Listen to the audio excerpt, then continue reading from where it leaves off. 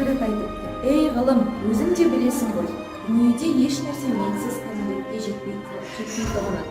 Әуелі өзіңді білуге, ерінбей, жалықпай үйрену керек. Ол менің ісім.